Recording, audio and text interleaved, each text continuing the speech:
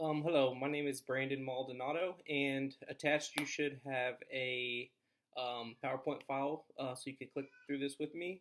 Um, this is my grievance discussion, case one. If you will start with me on slide number two, the role and case that I chose as an attorney for AFSCME Local 10, this will be an argument supporting my client's contention that the council's rejection of my client Carol Fern's unpaid maternity leave has violated the collective bargaining agreement. If you'll follow me to slide number three, a quick overview of the presentation will have the following details.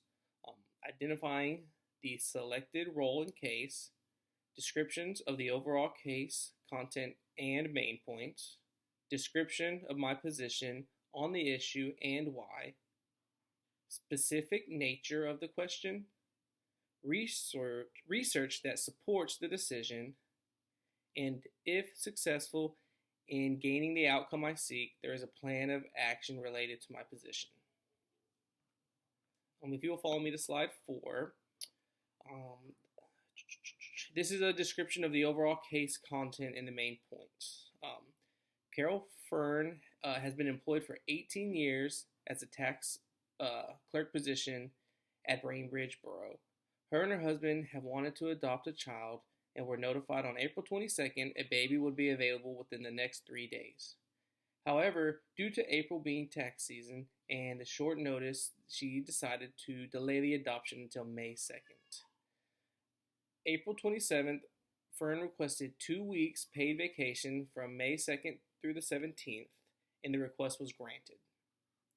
A day before she was to return from her paid vacation, Fern requested 6 months of unpaid maternity leave, which was rejected in a 4-3 vote by the Bainbridge Council. The council did not offer Fern 2 successive 90-day reasonable purpose leaves, which equals 6 months of time off. This has led to a grievance being filed. As we continue on to slide 5, my personal opinion is that as an attorney in counsel for Mrs. Fern, we believe that the Borough of Bainbridge failed to uphold its contractual and statutory obligations when denying Fern's request for 6 months unpaid maternity leave and refuses to offer the 2 successive 90-day reasonable purpose leaves to which she is entitled to under the current collective bargaining agreement. Miss Fern has dedicated 18 years of her life with no history of discipline or abuse of leave. Her request for unpaid maternity leave was made in good faith and directly related to her adoption of a child, an event that is protected under most leave policies, which treat adoption and childbirth equivalently. Fern acted responsible and postponed the adoption due to the tax season. So if you follow me on to the next slide, the specific nature of the question. Legally there are 3 points. Contractual rights under the CBA provide employees the right to reasonable purpose leave up to 90 days. Renewable for an additional 90 days that did not provide these leaves after denying the maternity leave, meaning they failed to comply with the mandatory contract terms. Adoption should be treated the same as childbirth for purposes of maternity and parental leave. By denying this request, they may have engaged in a disparate treatment, which can be discrimination or discriminatory and a violation of established past practices. Labor laws require the discretion be consistent, and due to the rejection without offering an alternative leave, demonstrates arbitrary denial. As we continue on slide number 7, this is the research that supports the decision. According to the paid parental leave policy statement on the ACOG, is specifically states that parental leave should cover adoptive parents and describes the health, bonding, and retention benefits. According to this article by the EEOC, it provides legal ground for denial of leave to the adopted parent, which can be discriminatory or discrimination or a contract violation.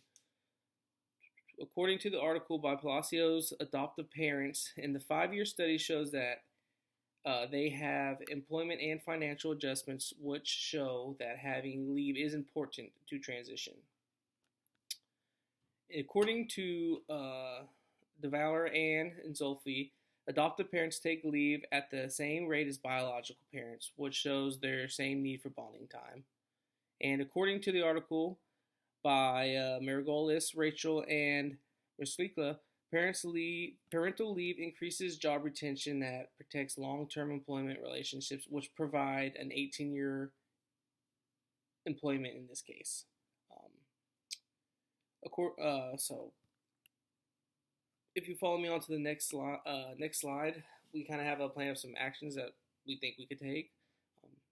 If successful in gaining the outcome, I seek that this plan of action related to my position, borough's refusal to grant the 6-month leave of the 2 successive 90 days of leave is a violation of the collective bargaining agreement. Ms. Fern has met her obligations over the past 18 years, and the plan or outcome we are wishing for is that Ms. Fern be granted the full 6 months of leave or 2 90 days of leave. All benefits reinstated, all records and notes regarding her leave of request grievance be removed, and employment status remain as it was prior to the leave request. Back paying Mrs. Fern for any financial loss due to the benefits, and a written update regarding Borough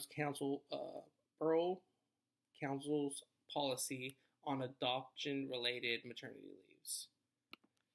On our conclusion slide, if you follow me to the next one, in conclusion, Carol Fern followed the rules and made her request responsibly.